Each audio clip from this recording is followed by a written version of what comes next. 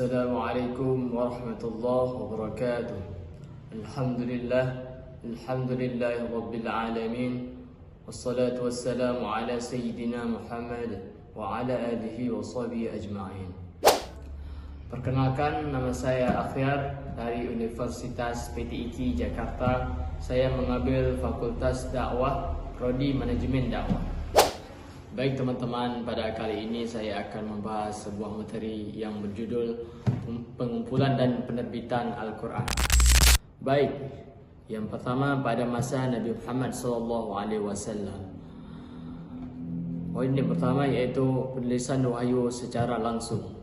Setiap kali wahyu turun, Nabi Muhammad SAW segera memerintahkan para sahabat yang bertugas sebagai penulis wahyu untuk mencatat ayat-ayat tersebut. Beberapa penulis wahyu yang terkenal yaitu antara lain yaitu Zaid bin Sabit, Ubay bin Ka'ab, Muawiyah bin Abi Sufyan, Ali bin Abi Thalib. Poin yang kedua yaitu hafalan para sahabat. Selain ditulis, banyak sahabat menghafal ayat-ayat Al-Quran sebagai cara untuk menjaga keaslian dan kelestariannya. Penghafal ini menjadi bentuk lain daripada upaya pengumpulan Al-Quran. Baik, poin yang ketiga yaitu instruksi Nabi untuk pengaturan ayat.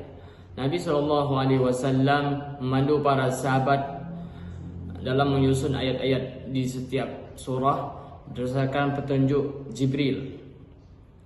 Namun pada masa Nabi, Al-Quran belum dikumpulkan dalam satu mushaf karena wahyu masih terus turun hingga menjelang wafatnya Nabi. Baik teman-teman, yang kedua pada masa Abu Bakar As-Siddiq. Sebab pengumpulan. Setelah wafatnya Nabi Muhammad SAW dan berlanjut peperangan Riddah, yaitu peperangan melawan kaum yang murtad, banyak penghafal Al-Quran yang gugur, dan terutama dalam perang Yamamah. Umar bin Khattab mengusulkan kepada Khalifah Abu Bakar As-Siddiq untuk mengumpulkan Al-Quran dalam satu mushaf demi menjaga kelestariannya. Baik, poin yang kedua yaitu pembentukan tim pengumpulan. Abu Bakar setuju dengan usulan tersebut dan menunjukkan Zaid bin Sabit untuk memimpin pengumpulan Al-Quran. Zaid bekerja sebagai tim yang berdiri dari para sahabat lain dengan standar ketat dalam mengumpulkan, yaitu harus ada 2 saksi tertulis dan hafalan yang dapat mengonfirmasikan setiap ayat. Poin yang ketiga yaitu hasil pengumpulan.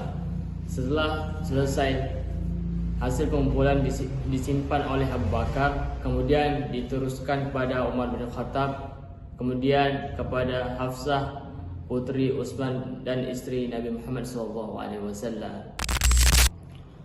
Baik teman-teman, yang terakhir yaitu pada masa Utsman bin Affan. Poin pertama yaitu sebab penerbitan.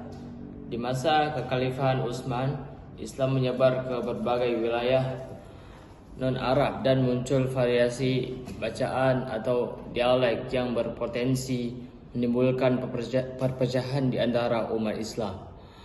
Huzaifah bin Yaman melaporkan masalah ini kepada Utsman yang kemudian memutuskan untuk membuat salinan mushaf standar. Dan poin yang kedua yaitu pembentukan tim penyalinan. Utsman bin Affan kembali menunjuk Zaid bin Sabit dan beberapa sahabat lainnya untuk membuat salinan mushaf berdasarkan mushaf yang dikumpulkan pada masa Abu Bakar dan disimpan oleh Hafsah, dan mushaf ini kemudian disebut sebagai mushaf Utsmani.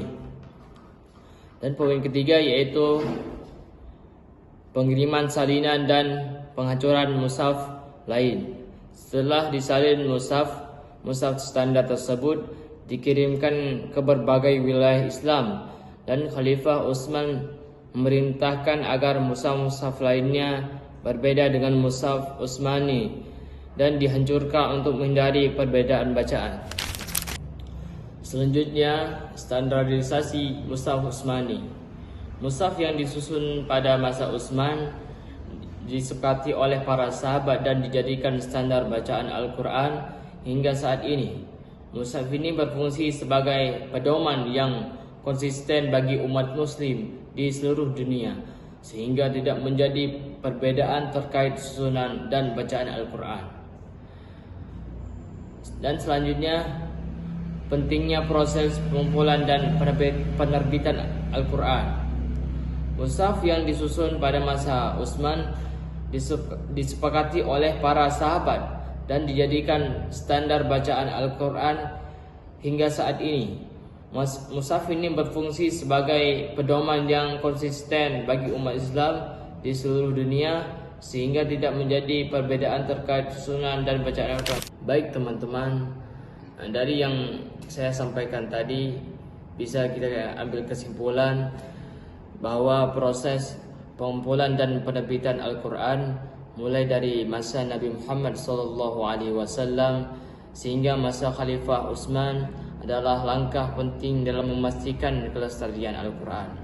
Hal ini memberikan jaminan keaslian teks Al-Quran yang tetap terjaga sehingga keseluruhan umat Islam memiliki kitab suci yang sama, baik dari segi susunan ayat maupun bacaan. Baik teman-teman, mungkin cukup sekian yang dapat saya sampaikan. Lebih dan kurang saya mohon maaf. Billahi taufiq wal hidayah. Wassalamualaikum warahmatullahi wabarakatuh.